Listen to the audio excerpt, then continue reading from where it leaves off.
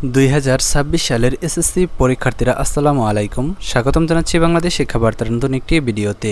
তোমরা যারা 2026 সালের এসএসসি পরীক্ষার্থীরা রয়েছ, তাদের পরীক্ষার আগের দিন রাতে তোমাদের কী করণীয়, পাশাপাশি পরীক্ষার হলে তোমাদের কি ভুলগুলা করা যাবে না, কোন বিষয়গুলো তোমাদের সতর্ক থাকতে হবে, সেই বিষয়গুলো আজকের এই ভিডিওতে তোমাদের মাঝে উপস্থাপন করব। তো তোমরা যারা এসএসসি পরীক্ষার্থী, তোমাদের সকলের কিন্তু এই বিষয়গুলো জানা খুবই জরুরি, কারণ ছোট্ট একটি ভুল তোমাদের কাছ থেকে কেড়ে নিতে পারে একটি বছর। কাজে অবশ্যই তোমাদের এই বিষয়গুলো সাবধানে থাকতে হবে এবং এই বিষয়গুলো সম্পর্কে সতর্ক থেকে তারপরে তোমাদের পরীক্ষাগুলো শেষ করতে হবে।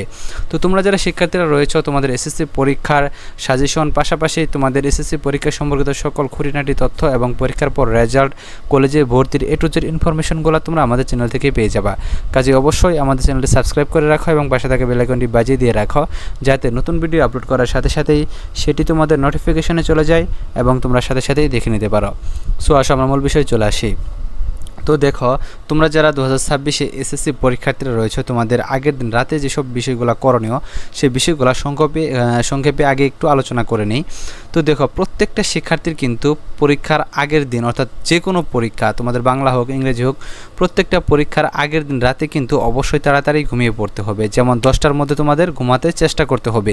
তোমরা যদি রাত জেগে পড়ো, তাহলে দেখা যাবে যে সকালবেলায় কিন্তু তোমরা উঠতে পারবে না। আর পর্যাপ্ত ঘুম যদি তোমাদের না হয়, তাহলে কিন্তু পরীক্ষার হলে কিন্তু দেখা যাবে যে তোমরা সঠিকভাবে পরীক্ষা দিতে পারবে না, ঘুম ভাব চলে আসবে। এতে কিন্তু দেখা যাবে যে পরীক্ষার লেখা কিন্তু অনেকটা বিঘ্ন ঘটে যাবে। তো তোমরা অবশ্যই তাড়াতাড়ি শুয়ে পড়বা এবং সকাল ঘুম থেকে ওঠার চেষ্টা করবা। সকালবেলা যা পড়বা সেগুলো কিন্তু দেখা যাবে যে মাথার মধ্যে থেকে যাবে, যে কমন যে বিষয়গুলো আছে সেগুলো কিন্তু সকালবেলা পড়ে নেবা। আর রাতের বেলা তোমাদের যে করণীয়টা, শোয়ার আগে কিন্তু অবশ্যই তোমাদের অ্যাডমিট কার্ড, তারপর তোমাদের প্রয়োজনীয় কলম, পেন্সিল, যা কিছু আছে, যাবতীয় কোড ফাইল, সব কিছু কিন্তু তোমরা A to Z রেডি করে রাখবা এবং চেক করে দিবা যে ঠিকঠাক আছে কিনা। তারপরে আবার সকালবেলা পরীক্ষার হলে যাওয়ার সময়, অর্থাৎ বাড়ি থেকে রওনা দেওয়ার সময় বা বাসা থেকে রওনা দেওয়ার সময় অবশ্যই সেগুলো কিন্তু চেক করে নেবা যে ঠিকঠাক আছে কিনা। এবং তোমাদের কিন্তু আরেকটা বিষয় কিন্তু বলে দিয়েছে শিক্ষা বোর্ড বা শিক্ষা মন্ত্রণালয়, সেটি হচ্ছে পরীক্ষা শুরুর ঠিক আধা ঘন্টা আগে অবশ্যই তোমাদের পরীক্ষা কেন্দ্রে উপস্থিত হতে হবে। তো তোমরা যদি আধা ঘন্টা আগে না গিয়ে বা 30 মিনিট আগে না গিয়ে যদি দেখা যায় যে তোমরা 20 মিনিট আগে যাও, তাহলে কিন্তু তোমাদের পরীক্ষা কেন্দ্রে কিন্তু প্রবেশ করতে দেওয়া হবে না। তো তোমরা এই বিষয়ে কিন্তু অনেকেই জানো যে প্রত্যেক বছর কিন্তু এসএসসি পরীক্ষার্থীদের দেখা যায় যে এটা বিশেষ করে ঢাকা শহরে বা শহরাঞ্চল যেগুলো রয়েছে সেসব অঞ্চলে কিন্তু হয়ে থাকে, যে রাস্তায় যানজটের কারণে অনেক শিক্ষার্থী কিন্তু পৌঁছাতে দেরি করে। আবার অনেকেই কেন্দ্রের নাম ভুল বুঝে অন্য কেন্দ্রে চলে যায়, সেখান থেকে আসতেও অনেকের দেরি হয়ে যায়, ছোটোখাটো ভুল করে থাকে অনেকেই। তো এই জন্য দেখা যায় সঠিক সময় কিন্তু তারা পরীক্ষা কেন্দ্রে উপস্থিত হতে পারে না এবং এই জন্য কিন্তু তাদের কিন্তু পরীক্ষা কেন্দ্রে প্রবেশ করতে দেওয়া হয় না। তো তোমরা যারা শিক্ষার্থীরা রয়েছে, এবারও কিন্তু তোমাদের ঠিক একই রকম কিন্তু ব্যবস্থা কিন্তু নেওয়া হবে। তবে হ্যাঁ, শিক্ষামন্ত্রী কিন্তু এই বিষয়েও বলেছেন যে বিশেষ বিবেচনায় তোমাদের ভিতরে ঢোকানো যেতে পারে, সেটা কিন্তু বিশেষ বিবেচনায় নাও ঢোকানো যেতে পারে, এটা কিন্তু বলা যায় না। কাজে অবশ্যই তোমরা শিক্ষার্থীরা তোমরা কিন্তু তো আধা ঘন্টা আগে, অর্থাৎ 30 মিনিট আগে অবশ্যই তোমরা কেন্দ্রে প্রবেশ করবা।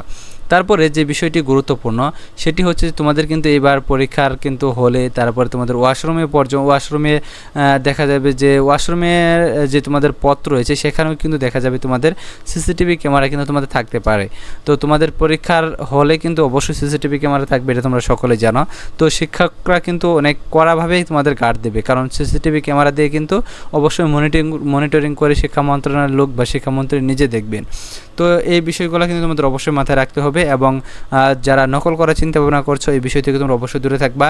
আর আরেকটি বিষয় হচ্ছে যে তোমাদের MCQ এবং সিকিউ অংশ রয়েছে। এই MCQ এবং সিকিউ অংশে তোমাদের যে গুরুত্বপূর্ণ তোমাদের যে বিষয়টা, সেটা হচ্ছে যে তোমরা MCQ এবং সিকিউর OMR শিট যে রয়েছে, তো তোমাদের যখন লিখিত অংশ দেবে তখন দেখবা যে তোমাদের একটা প্রথমে রোল নাম্বার, রেজিস্ট্রেশন নাম্বার, বৃত্ত ভরাট করতে হয়।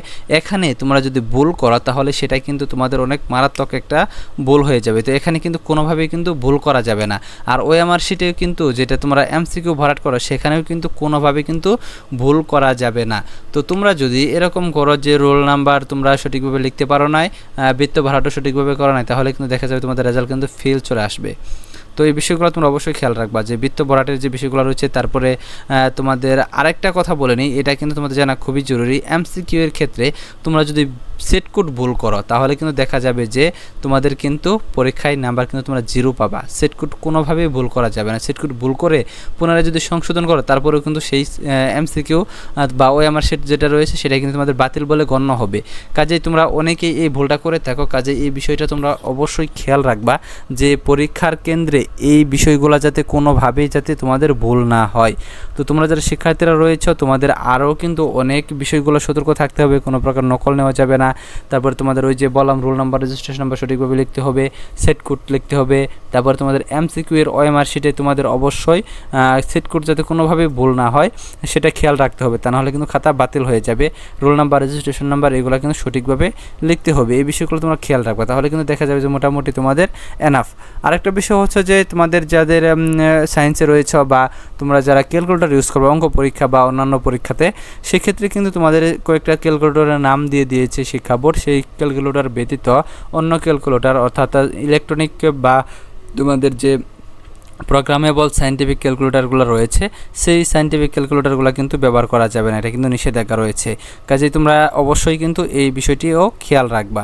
তো আজকের এই ভিডিও এ পর্যন্তই। তোমাদের পরবর্তী ভিডিওতে অবশ্যই গুরুত্বপূর্ণ অনেক তথ্য নিয়ে হাজির হব। তো তোমরা যারা শিক্ষার্থীরা রয়েছে এখনও যারা আমাদের চ্যানেলটি সাবস্ক্রাইব করো না, আমার চ্যানেলটি সাবস্ক্রাইব করে আমাদের সাথে যুক্ত হয়ে যাও। ধন্যবাদ সকলকে পুরো ভিডিওটি দেখার জন্য।